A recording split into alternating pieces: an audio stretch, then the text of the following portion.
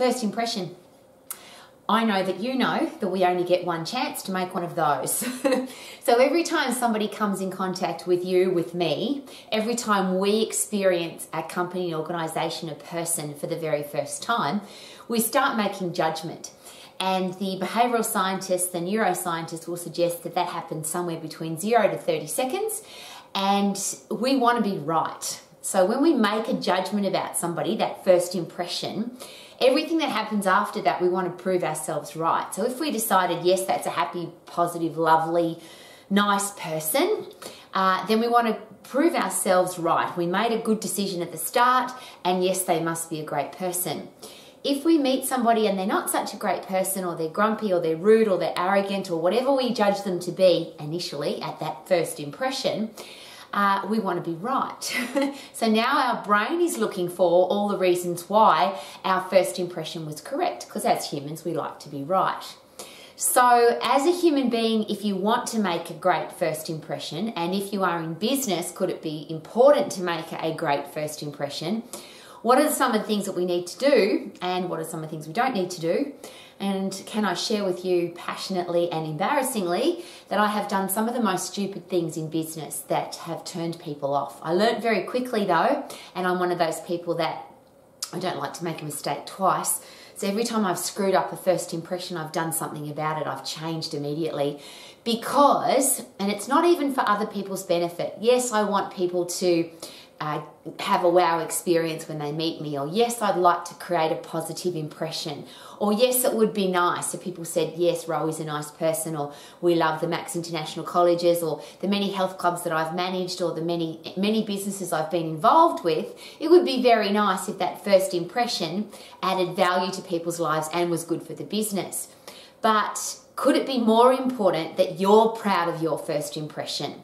So every time you come in contact with somebody and they meet you for the first time, whether it's by email, by text message, by Facebook or social media, by your website, by the way you answer the phone, or they actually meet you in person, do you want to be proud of that person? If every interaction that you've had with somebody was to be broadcast to the world as a great way to interact with people, or a warning on how not to interact with people, how would you go there?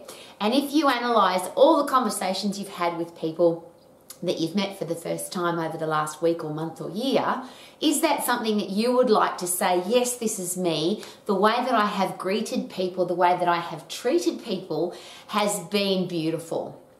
And you might not be concerned about that. It might be really important to you. But if you're going to make a great first impression, here's a really important thing that I had to learn again the hard way. The behavioural scientists will share with us that words are a very limited part of our communication. And depending on which behavioural scientists you study or ask, they will tell you it's somewhere around the 5 to 7% mark. So of all the communication that we have with people, our words are a tiny amount, which is very interesting because now we often communicate via text message, email, social media, and it is only words. The next part of our communication, which takes us up to about the 50% mark, is our facial expressions, our voice, intonation, and our body language. So a big part of communication, regardless of what you say, will then be backed up by the way your face looks, the voice that you use, and your body language. Yeah, makes sense. Which leaves us most of, or more than 50%, depending on which behavioural scientist you're talking to, will share with you that your first impression, the person that you are, the communication that you give, has nothing to do with what you say and nothing to do with the way you say it. It has everything to do with who you are. So could it be really important that our first impression should be who we really are? And I spent a lot of my life trying to please other people, say things that other people wanted to hear. I tried to be somebody else because I thought that was better than who I was. And I really learnt the hard way that the only way that people are ever going to really know me, they might not like me, more likely to respect me, is if I'm who I am, not pretending to be someone else. So there's a great place to start. Be you. Who are you? And that's that exercise that I always do with every business I've ever trained, every exercise professional I've ever trained, everybody that's ever come into my life, because this was a gift given to me when I was 18 years of age, is work out who you are and then be that person. So pick 3, 5, 10 words, whatever number's exciting to you, and be that person at every no, I'll rephrase, not at every opportunity, all the time. So every time somebody meets you, you are the person that you are. So I decided at 18, the very first time I went through this exercise, Rowie is tough and fair, positive, stylish, disciplined and professional. And I picked those words, I've lived those words, I am those words are me, and have been since I was 18 years of age. So there's a great exercise to start. Now, if people don't like that, that's okay, because that's me. I'm not going to change who I am to suit other people. And I'm sure you've heard that expression. You can't please all of the people all of the time. In fact, you'll go crazy if you try. But why would you want to? Don't you want to have the people in your life who respect you for who you are, not for who you're pretending to be?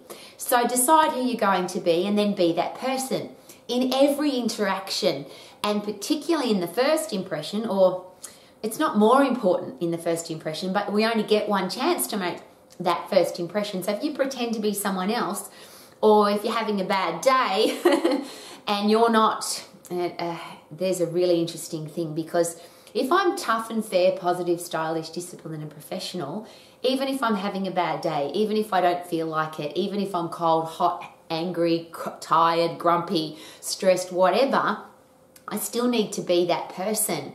And often you can walk into an office or a retail store, or somebody answers the phone in a business, and you know that there's something going on there because the way they answered the phone was grumpy or rude or stressed, and you can hear it in the voice. And that's the really interesting thing about voice, intonation, body language and facial expressions, is that they add so much to the first impression, to the interaction. So who are you? And then be that person. And then shortly after that, everything would be easy. But here's a great thing to do now. Look back over your past interactions, particularly your business interactions, because often your friends will be a little bit more forgiving. If you're having a bad day, or if you're stressed, or if you're grumpy, maybe your friends will forgive you for that, or your family will forgive you for that. But the commercial world won't forgive you for that. You only get that one chance to make the first impression. So what does your website look like? What does your social media look like? Because they're a representation of you. They are the first impression. So are they representative of those 5 words? If I say I'm tough and fair, positive, stylish, disciplined and professional, and I'm on my social media with a cigarette in one hand and an alcoholic drink in another, and I look like I'm drugged out of my mind, those words probably won't go with the picture. So people are going to look at your social media. You've got to know that. If somebody's going to employ you, or they're going to date you, or they're going to have an interaction with you, they're going to look at your social media. Most people now in business, they will go first to a website or to your Facebook page, or they'll have a look at what you're doing before they actually call you. So what does that all look like? Your first impression that isn't you personally. Do you have great pictures? Are they professional? The words that you use, are they representative of who you are? Then somehow, some way, somebody's going to contact you, whether it's by text message or email, or they're going to call you, or they're going to come and see you. If they text message you or email you, is it possible that if you don't respond, or if you don't respond quickly, that is the first impression? And I just want to share with you, it's been a fascinating experience for me. I've been going through the process of building a house, wanting to get stuff done, having to interact commercially with the world. And I cannot share with you how many people I've chosen to do business with you. Well, I will share with you how many people I've chosen to do business with because they've got back to me. I've called at sometimes up to 15 businesses to buy a product or service, and I've left a message, I've sent an email, I've sent a text message, and they don't get back to me. Now, somebody said to me today, oh, that's because that particular industry is very busy at the moment. Is it possible that industries become busy and not busy. There's a boom time and there's usually a bust time. But even if there's not, if you're in an industry, let's say you own a supermarket and it's always going to be busy because everybody's got to buy food. But we always have a choice about where we buy our food. We always have a choice of who we do business with. And at the moment, I'm driven by doing business with people that actually follow up. They call me back. And it's not even call me back to do business. I would just love somebody to call me back and say, Rowie, we'd love to do the painting or fix the tap or help you with the product, but we're too busy at the moment. Could we recommend somebody else? I just want to say thank you for calling us. That kind of interaction means that I'm either going to refer somebody to that business in the future. They can't help me, but they got back to me and they were professional about it. Or I'm going to want to use that product or service in the future. It's not what you do for people, it's how you do it. So even if you're booked out, even if you're busy, even if you don't want to do business with that person, you don't know what their connections are and who they do business with and who they will or won't recommend to your business. So why not get into the habit of, if you've got, like me, I've got tough and fair, positive, stylish, disciplined and professional. Is it possible that professional means fast follow-up? I just think that sounds like common sense, but it isn't, because in the last, and I'll just use the last 12 months as an example, I have called so many businesses that have just not bothered to call me back. And I get that some people don't listen to their message bank, but if you're in business and you've got a message bank, should you listen to the messages on your message bank? But I don't just do that. I send an email and a text message, and I leave a message on the website, and people just don't get back to me. That just comes across as rude. That might be my personal opinion, but to me that just means rude. And if I think it's rude, then there might be lots of other old ladies who think that's rude as well. Interestingly, when I use the word old ladies, most people who are more mature are of means. Most people who are 50, 60, 70 years of age and they've been in business all of their life, will be annoyed if you don't call them back because they've been in business. And when I started in business, if you didn't call people back, you were just considered rude and people didn't do business with you. I've just kept that as a normal part of business. One of the interesting things we always do here at Max is we have a 24-hour non-negotiable standard. If somebody gets in contact with us, we're always back to them within 24 hours, but it's usually less than 24 seconds or 24 minutes. Because I want people to know that when you contact us, you are important to us.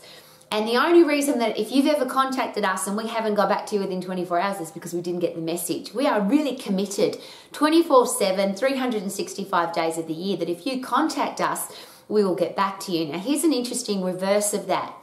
I also contact a lot of people. I send a lot of emails, I send a lot of text messages, I make a lot of telephone calls. And it's interesting when you look through your contact list, and just do this for fun. All the people that are in your phone or in your email contacts, I could tell you, because I know all of my Max students all over the world, when I send a text message or I call somebody or I send them an email, on my contacts list, there are people that always call me back, always send me a text message or always return my email. And within 24 hours, I know that that person, because they have a reputation now of being a person that does fast follow-up, that they get back to me. The reverse of that is there are a lot of people that I send emails and text messages to and call, and I know they will never call me back. Or if they do, it will be at some time in the far distant future when they want something. And that's a different kind of reputation, isn't it? Now, I don't care what other people do. If people don't call me back, I actually don't care, because I call people because I want to. I send text messages to people because I want to. I send emails to people because I want to. What people do with that is completely up to them, and that goes back to the beginning.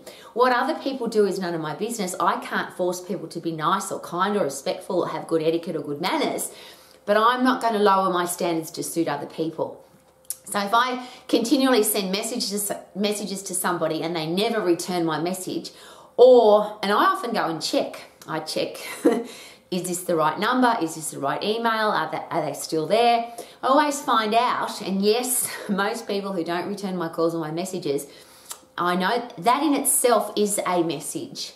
Because we live in a world now when you send a message to somebody's phone, you know that they got the message. So if they didn't return it, it's because, well, you get to decide what kind of person is that. So first impression is get back to people fast, because that will give you a unique selling point. You can actually say that now. We will get back to you within 24 hours, and that will give you something that no other businesses are doing. It'll also give you a point of difference, because people will talk about it. They'll say, oh my God, I called them yesterday and they were here today. And I've got a big mouth with businesses, and I've had two examples just recently, a carpet cleaner and an awnings company. And I called them one day, they called me back almost immediately, and they were here the next day to do the quote. Wow, that blows my mind. So everybody that lives in my area, I've let them know that if you really want some really good service, you need to work with the J Cleaning Company, because they'll get back to you straight away. And you really want to talk to the Guthrie Barron folks, because in my area, because they were friendly on the phone and they got back to me straight away. The reverse of that is I've had 3 days where I haven't been able to. Now, I love being in my office, but I've had 3 days where I've had to be in my office all day, because people have promised that they were coming at a certain day and a certain time, and they just never showed up. Not only did they not show up, but they didn't call and let me know that they weren't going to show up. That's a first impression, because my first impression with them was going to be them delivering something to my house or coming to do something at my house, and they just didn't do it. I'm asking you, if you want to have a successful business, people who respect good business, who respect good manners, and are of means, people who have money, they will not love if you don't get back to them. They will not refer you to other people. They will not make excuses for you. They'll just not do business with you. So who are you? What's the first impression you're giving to people via your social media and via their contact with you before they meet you? If they contact you, do you get back to them really quickly? If they contact you, do you have a great voicemail?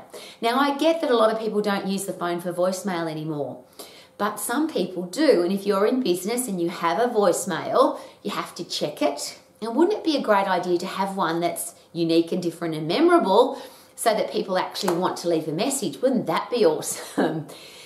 Rowena leave a message is probably not very conducive to, wow, she sounds like a really nice lady, I want to talk to her. The reverse of that is I have a very unique and different voicemail message on my phone, because it's about what we do here at Max. And a lot of my students say to me, Rowie, I can't have a message like that because my friends and family would get annoyed. Well, if you're in business, your friends and family are probably not buying your product or service, but people calling you are. And the recommendation for your voicemail is one of three things: a testimonial from one of your clients, a child, because children's voices on a voicemail are just fantastic, or somebody who is famous that people who are calling you might know that person, and they're talking on your message bank. So the coolest is children, and I love this. My daddy's the best exercise professional in the world. He'd love to talk to you, but he's busy helping other people to be healthy, fit and strong right now. But please leave a message and my daddy will call you back. Memorable. Same with your auto response on your email. Needs to be memorable. Make sure you've got one, so that if people can't talk to you straight away, that they know that you got their message. If people contact your website, how often are you checking your website to make sure that you are keeping up with those contacts? That's all called first impression. The next one is really interesting, is if you actually answer the phone, which is very rare these days. How are you answering the phone? I have had this experience, and I actually it's becoming now where I ask the question. So I call and the response is, yep, what, who's this? The worst I've ever had I can't really repeat, because obviously the person that I called had just had a fight with their partner, and they thought I was their partner calling them back, and they swore at me. Pretty inappropriate. How are you answering the phone? Is it unique and memorable? And do people know who they've called? So every single business that I have called in the last year, I've actually had to say, do you do plumbing? Are you a builder? Do you do carpeting? Do you do carpet cleaning? Because they don't answer the phone with hello or thank you for calling. Don't use morning or afternoon is the suggestion, because if you love your business, people might call you in the morning and it's already the afternoon, or they'll call you in the afternoon, it's already, and you say good morning because you love what you do and the time flies. So just say hello. How about thank you for calling? Because are you thankful that your customers or clients or potential customers and clients are calling you? And then why do we say this silly word called speaking? This is Rowena speaking. Yeah, well, it is. I'm not singing. I don't go up to somebody on the street and say, hello, my name's Rowena speaking. I just say, hi, my name's Rowie, what's your name? And that's a really unique and different way to answer the phone. Thank you for calling, the name of your business. My name's Rowie. Can I ask for your name, please? The most beautiful one I've ever heard was a Max Exercise Professional. Thank you for calling David. Or thank you for calling XYZ Personal Training. My name's David. To whom do I have the pleasure of speaking today? And he said it like that. To whom do I have the pleasure of speaking today? So answer the phone with passion, enthusiasm, and excitement for your product or service. I always hold my breath when I call people because A, I don't know if I've called the right number because I don't even use the name of the business. And they sound grumpy or angry or can't be bothered or don't want anything to do with me.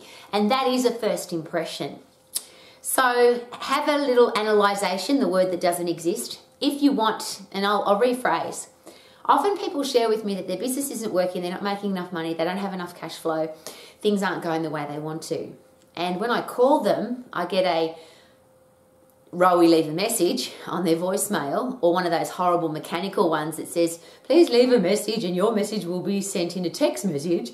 Well, that's silly because text messages don't understand what I say. So I can't say that because I end up saying something rude, but I didn't even say it because the text message person translated it wrong. So analyze everything that you do. What does your social media look like? What's your phone response look like? Do you have a voicemail message? How are you answering the phone? And then when you meet somebody for the first time, here's a great suggestion. Don't meet anybody for the first time if you're not ready or you're not the person you always are.